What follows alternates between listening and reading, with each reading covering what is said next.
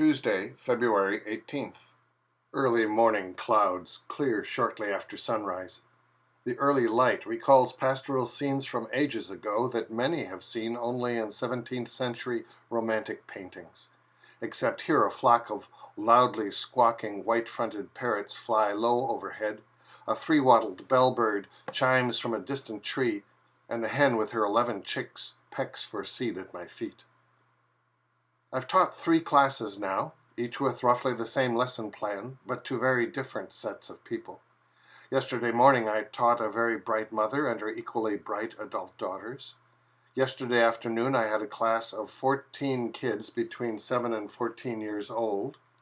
This afternoon I taught a class of 8 youth from 14 to 20 years old. Each of the classes has gone well, although each quite differently. I'm teaching short sentences for very basic dialogues and numbers from 0 to 100. Next week we'll use numbers to say our ages as part of dialogues, and we'll talk about prices and receiving payments. This is all practical stuff the students are excited to learn. I teach 6 classes a week, mostly with students who are starting from scratch.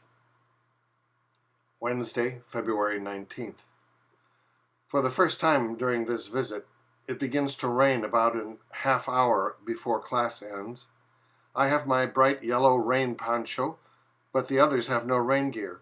So 4 of us gather under my poncho to walk together back to our homes.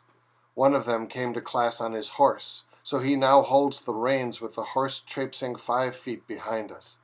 It must be quite a sight. Thursday, February 20th. Yamilet, my host, shows me how to do laundry on her rustic stone arrangement. Doing one's washing here is a lesson in an entirely different way of living. Instead of throwing the laundry into a machine, punching a button and walking away, I haul a bucket of water to the laundry stone. Then I take each piece of laundry, wet it, soap it with a cylindrical bar of laundry soap, splash more water on it, rub it against the stone, rinse it, repeat the process, and then wring it out before hanging it on a barbed wire clothesline. The barbs, rather than clothespins, hold the laundry in place. I do this with each piece of laundry. This process gives a new appreciation for the cleanliness that is so high a value here. Monday, February 24th. It's often chilly at dawn in the Nicaraguan mountains, so to warm up, you grind corn for the day's tortillas. My family, like most I've visited, uses a cast-iron, hand-cranked grinder. Folks here are strong enough to turn the handle with one arm. I use both arms and my whole body, making it an aerobic exercise comparable, I'm sure, to the elliptical back home at the Y. But after 10 minutes of grinding corn kernels into coarse mash, I begin to shed layers of clothes to avoid sweating. When the first run is finished, Yamilet adds water to the mash and kneads it into a coarse dough. Then that dough is run through the grinder at a slightly finer setting, so that the resulting dough is smooth and firm. While I finish the second round of grinding, Yamilet takes small handfuls of dough, slapping tortillas into shape and flipping them onto the stove. Breakfast is on its way, and I'm warm all over. Thursday, February 27th. I do about an hour of birding before heading off to teach my first class. I note as I trek along that my stride seems to be adjusting to the rugged roads. My ankles seem less tense, and I don't watch the road quite so much. Folks around here walk along at a pretty good pace and pay little attention to the condition of the road. There seems to be a way for one's legs to relax enough to bend to the unevenness without falling or hurting oneself. I still want to be cautious, but I sense a difference from the anxious attitude I arrived with, tense about the rough roads and trails. I can now relax more and observe the lush life all around. Saturday, March 1st. The La Pita bus route is just as gorgeous as the Cebollal route. The ancient second-hand school bus winds up and down impossibly steep grades, caroms along narrow roads on ridges with spectacular views of the valley below and the slopes on the side. The Lapita route ends by driving through the green tobacco fields of Esteli's Cuban cigar czars, fields full of exploited workers exposed to nasty fertilizers and pesticides. Behind every good cigar are a lot of suffering people. After my day in Esteli, I take my usual bus back to Cebollal. Unfortunately, I'm bored after most of the seats are taken. My only option is to share a short bench seat with a very large woman at whose inn I stayed a number of years ago. She's a sweet person with whom I've chatted a number of times. However, not only does she require a lot of space, but her seat is right over the wheel well. So with my knees around my ears, I am amply reminded that I have a somewhat Northern European concept of personal space, and I do not have the padding in my butt that I once had. Sunday, March 2nd. After teaching class, I muse that the enterprise of teaching basic English in this setting is quite intriguing. Youth here have few organized activities offered them. They are apt to be in class simply for something to do. In contrast, adults here have little expendable time. They are also a fairly proud people, so making mistakes tends to be something they avoid. I believe I've been able to demonstrate the importance of practicing daily the basic dialogues the students have, but most of them do it only occasionally, and then probably only when reminded. On the other hand, the teen and young adult students seem quite engaged in class. Monday, March 3rd. Staying with Yamilet's family has given me my first experience of a hot shower in the Miraflor. Both shower and hot need explanation because a shower in rural Nicaragua campesino home is quite unlike a shower in the north. Here there is a rickety arrangement of corrugated sheet metal and rough boards that create a shower stall outside the kitchen. The door is an ancient, threadbare bed sheet that blows freely open in the wind. On the coarsely poured concrete floor are 2 or 3 5-gallon buckets and a small red plastic cereal bowl. To take a shower, simply dip the cereal bowl in the bucket and pour water on yourself. It works well with a little practice. The first time I told Yamilet that I would take a shower, she said she'd have water ready for me. I assumed she would make sure the buckets had water, but when I dipped my little bowl into the pail, the water was quite hot. I couldn't believe it. The water tanks in the Miraflor cooled down considerably during the night. I used to accuse girls working at an inn where I stayed previously of putting ice in the water before my showers. Yamilet actually puts a large pot of water on the fire half an hour before shower time and pours the very hot water into the cool water in the pail. The result is an almost hot shower, a veritable luxury in the context of the Miraflor. After class, one of the school teachers wants to chat. She has a pretty focused and somewhat lonely life, I think. There are just 2 teachers at the Cebollal primary school. They teach for 4 hours each morning. Both are from outside the community, so they rent a room together at Fuente de Vida. One, Arlene, is married and has 2 young children, so she goes to Esteli to see her family for weekends. The other, Gloria, spends weekends with her folks in a small rural community just outside Miraflor. She graduated from the university last year, although she's been teaching for several years. Both seem to be committed teachers, but they are paid a barely subsistence wage and have limited and dated resources. Thursday, March 6th. As I've been doing frequently, I eat my breakfast outside our front door. It's just another of my preferences that leaves locals scratching their heads. This morning I am accompanied by a yearling calf that stretches across the stone wall to sniff and possibly drool on my food, and by my family's 10 chicks and their diligent mother. Henpecking has new meaning for me these days. This hen is constantly in motion, pecking at the ground to find seeds, food fragments, bugs, whatever. But instead of eating them, most of the time she either holds the food in her beak for the little ones to peck at, or she drops it in front of a little one. She eats some, but mostly she's feeding her chicks. Watching them is endlessly entertaining. This evening, as I sit in the living room to write this diary, Dougla, Yamilet, and their niece Yarelis are glued to their nightly fix of totally trashy Mexican soaps on their ancient 12-inch TV. I can imagine several good reasons to have TV in so poor and challenged a community, but these soaps are truly insipid. Telenovelas portray a way of living completely antithetical to the strong family and cooperative life here. They portray a life that my friends here will never achieve, with values and behavior that undermine the community life my friends lead.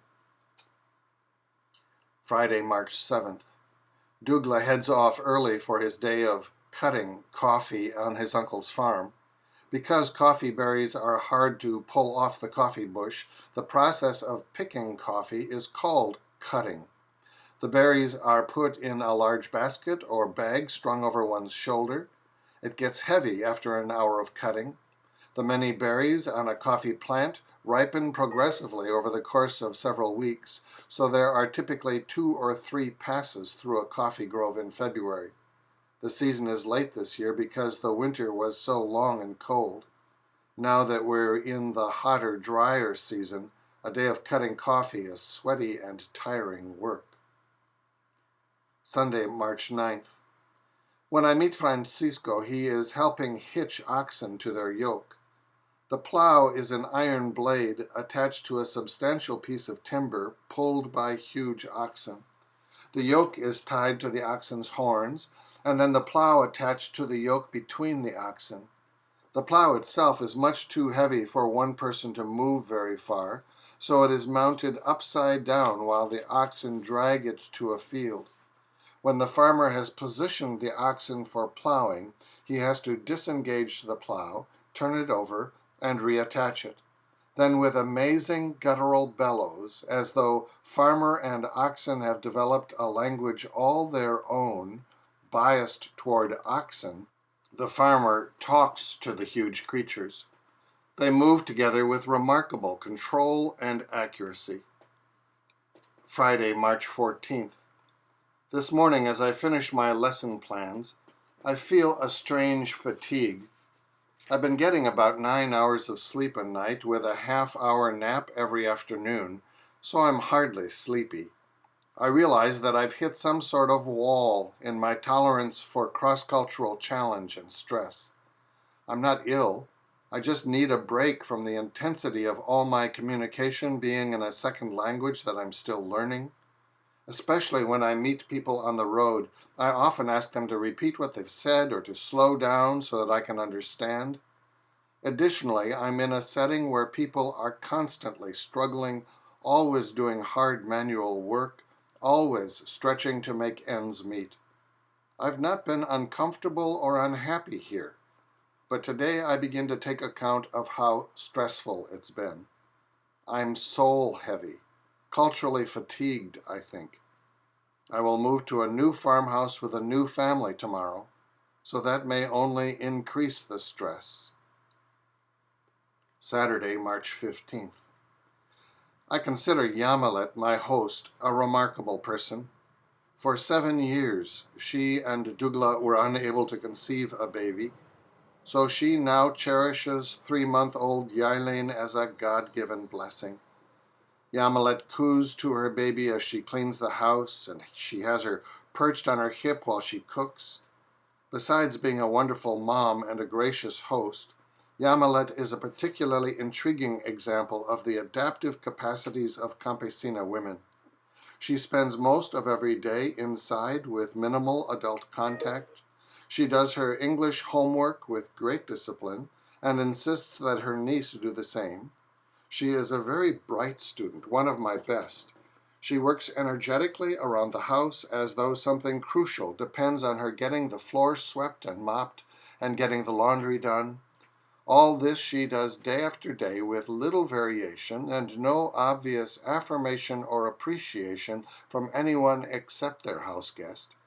I wonder when and how she will ever be challenged to use more of her giftedness, beyond the confines of her very basic home. After my lunch, I go by pickup to the new home where I'll be staying my second month. This evening, Oscar and I talk for quite a while. When he was 2 months old, his father, a Sandinista soldier traveling home at the end of the Contra War, was killed by a Contra grenade. Oscar never met his dad. They had received their farm from the Sandinista land redistribution in 1984, so on her own, Oscar's mother worked the farm and raised her 3 sons. I ask Oscar if he has ever heard of post-traumatic stress syndrome. He has, estrés traumático, and thinks it is an obvious dynamic in the Miraflor community. He notes several other families lost husbands and fathers during the war, and many families were traumatized by Contra raids through this community, including the raping of women and the destroying of household necessities. He goes on to wonder about the relationship of such stress to the rampant corruption in the UCA Miraflor and the government agencies that oversee the reserve. I ask him for an example. He says that the day before I moved in, he finished the room in which the family sleeps. Earlier, he decided to seek a building permit from Marena, the government agency that oversees the Miraflor. He was using wood from 3 fallen trees on his mother's farm and adobe made from clay from another area, so he actually could have avoided the formal process, but he wanted to do the building legally. He was denied the permit, he believes, because he refused to pay a bribe to the Marena official. However, a man cutting and logging live oaks and selling the timber outside the area, both clearly illegal activities, paid a substantial bribe and was given a permit. Thursday, March 20th. Oscar urges that I keep my window closed and locked at night. But when soft light creeps in through spaces between boards and where walls meet roof, I push aside my mosquito net and open the heavy wooden window. The sounds of the waking countryside wash into the room, chickens cackling, wind in the leaves, cattle lowing, omnipresent grackles screeching their raucous whistles and calls, distant voices beginning the day's transactions. I dress, pull together my toiletries, and move into the small living room and smoky kitchen to begin my new day with this adopted and complicated family. Wednesday, March 26th. This morning brings rain for the first time in several weeks. This type of rain is quite different from what we experience in the north. It's as though one wanders into different intensities of cloud. There will be a drenching rain for minutes or for an extended time, generally accompanied by swirling wind. Then the rain gives way to heavy mist, still swirling wildly. Then the mist lifts for a few minutes before the process reverses. In this mix, folks here slow down a bit, but still go through their daily routines. Early in my stay, I had asked Isabel whether we could have bananas or plantain whenever possible, because the potassium helps me avoid leg cramps at night. Unfortunately, there are few bananas ripening during this season in the Miraflor, but apparently today Isabel found some. My supper tonight is a healthy serving of red beans and 6 fried bananas. Thursday, March 27th. So much about life here is more basic and simple than the life I know in the north.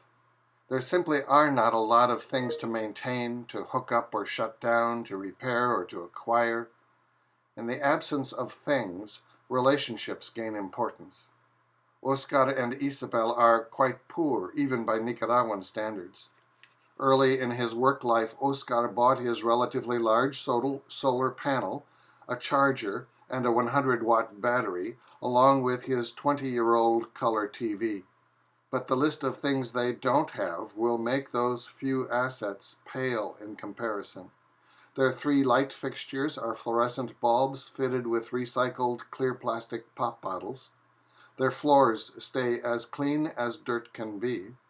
There are literally 2 chairs for adults in the house and 1 child's chair. Upside-down buckets serve as other chairs. Isabel's kitchen pots and utensils are mostly broken, dented, corroded items from previous eras. They invest an hour or more watering and caring for their flower, fruit, and vegetable garden, an enterprise they proudly share, but the water for house and garden comes from a garden hose connected to the hamlet well several buildings away. But as a family, they are notably dear. The two boys, Christian, 2 years old, and Oscarcito, 9 years old, are happy, active, inquisitive beings, well-loved and quite responsible around the house. Especially Christian is often filthy. After all, he spends most of his day playing close to dirt and mud. Isabel washes him 2 or 3 times a day. He is nonetheless adept at reversing any cleanliness she imposes. She doesn't complain. They all laugh easily and seem genuinely to enjoy each other. Their neighbors, recently immigrated from El Salvador, do a number of things that aggravate my host family. The family, however, treats Carlos and his family in an outgoing and friendly manner. There is, of course, a distance within that friendliness. Oscar notes that Carlos and his family are not from here, and other times he comments how most of his people live in Teodosio Pravia, half a kilometer away. In Oscar's mind, that's where he really belongs, among his people. But he also talks about the importance of treating neighbors well and helping each other out. That he does what he says is evidence in his frequent efforts to help Carlos with his many projects. Recently, Oscar agreed to dig a trench through his beloved garden so that Carlos could run a plastic pipe underground to bring water to his small patch of horse fodder and his new fish tank. Saturday, March 29th. I get up a bit before 6. After cleaning up, breakfast is gallo pinto, crema, and tortilla, complemented by another 5 fried bananas. I now have so much potassium in me that I glow in the dark. Friday, April 4th. I have an appointment to meet with one of the moms who's generally distracted during class, either by her nursing baby or by one of her 2-year-old twins. No wonder she doesn't understand everything in class. So after lunch, I head over to Ana's desperately barren house to tutor her. Her questions are well formed and specific, so we finish in about 20 minutes. But that was long enough for one of her bare-bottomed boys to pee on my boot. I give Lib a quick call on my way back to the house, with another mediocre connection on her end. The main news is that another winter snowstorm dumped 7 inches of wet slop on the driveway. Our neighbor went over this morning to help her after she'd spent 40 minutes clearing one track down to the street. Saturday, April 5th. I enjoy wandering in the cloud forest. I don't know all the trails in the cloud forest behind Doña Carina's, but I know the main trails and can figure out quickly my location when I intersect with them. This part of the forest rolls significantly, but none of the ravines are more than 5 meters deep. Some trails are barely paths through the dense foliage. Overhead and on the ground, leaves are big enough to hide a turkey. Birds may sing just a meter or 2 from me, but I can't find them in the density of the green. Both oaks and strangler figs here tower 30 or more meters, although the quantity of life that clings to their branches is more important than their height. At times, the weight of bromeliads, orchids, nests, and more is simply too much. A whole limb may simply drop toward the earth, crashing through the subgrowth on its way. Sunday, April 6th. Isabel is up before my alarm goes off at 5:15. My coffee is ready shortly thereafter, and breakfast follows. The 45-minute walk to the La Rampla bus stop in the early morning is a sensory delight. The forest is alive with birdsong. Alternately, clouds swirl around me, or the sun breaks through to cast a golden hue on moist green fields and towering forests. Cattle loll their way along the road. Horses graze on the shoulder, shuffling to the side as I pass, and people warmly greet each other as we make our way to the day's activities. In Esteli, I head to Café Luz for dinner, where the owner, Juanita, joins me. We talk about the report a friend sent me about a January workshop that brought together leaders from the UCA Miraflor, a coordinating group called The Forum, some large-scale producers, and some government folks. It was a productive meeting that generated a pretty sober critique of the condition of the Miraflor Reserve, its protected status, and the corruption among leaders of the UCA Miraflor, government agencies, and large-scale producers. Conditions seem to be sliding almost precipitously into the same inequities that characterize so much of Nicaragua, with the huge number of folks at the bottom of society getting less and less, while wealth and resources are concentrated at the top. So much for my Miraflor journal. Now a few reflections after returning. Overall, I felt quite good about my preparations for being in the Miraflor. Certainly my engagement with people there was richly rewarding. Departing was a bit of a letdown, but I was ready to re-engage with family and friends at home. I soon realized, however, that the biggest mistake I made in the whole enterprise was failing to think through how I would return home. Family and friends gave me a warm welcome, and the comfort of our home was an easy adjustment. What was hard was trying to relate the experiences of my previous 2 months to people at home. On the 3rd day after my return, I had an appointment with my travel clinic nurse practitioner who had been in the Peace Corps in northern Nicaragua in the early 90s. I asked her whether her return to the States had been hard for her. Her whole demeanor changed. She slumped in her chair, her shoulders collapsed toward her dropped chin. After a couple of seconds, she softly said that it was one of the hardest times she's been through. She then proceeded to talk about how, in response to inquiries about her Nicaragua experience, she would start to tell a family member or friend a story. The person would be interested during the first story, begin to glaze over during the second story, and would usually change the subject before she could move into a third story. It took her a while, she said, to figure out that folks simply had no reference point in their own lives for the stories she was telling.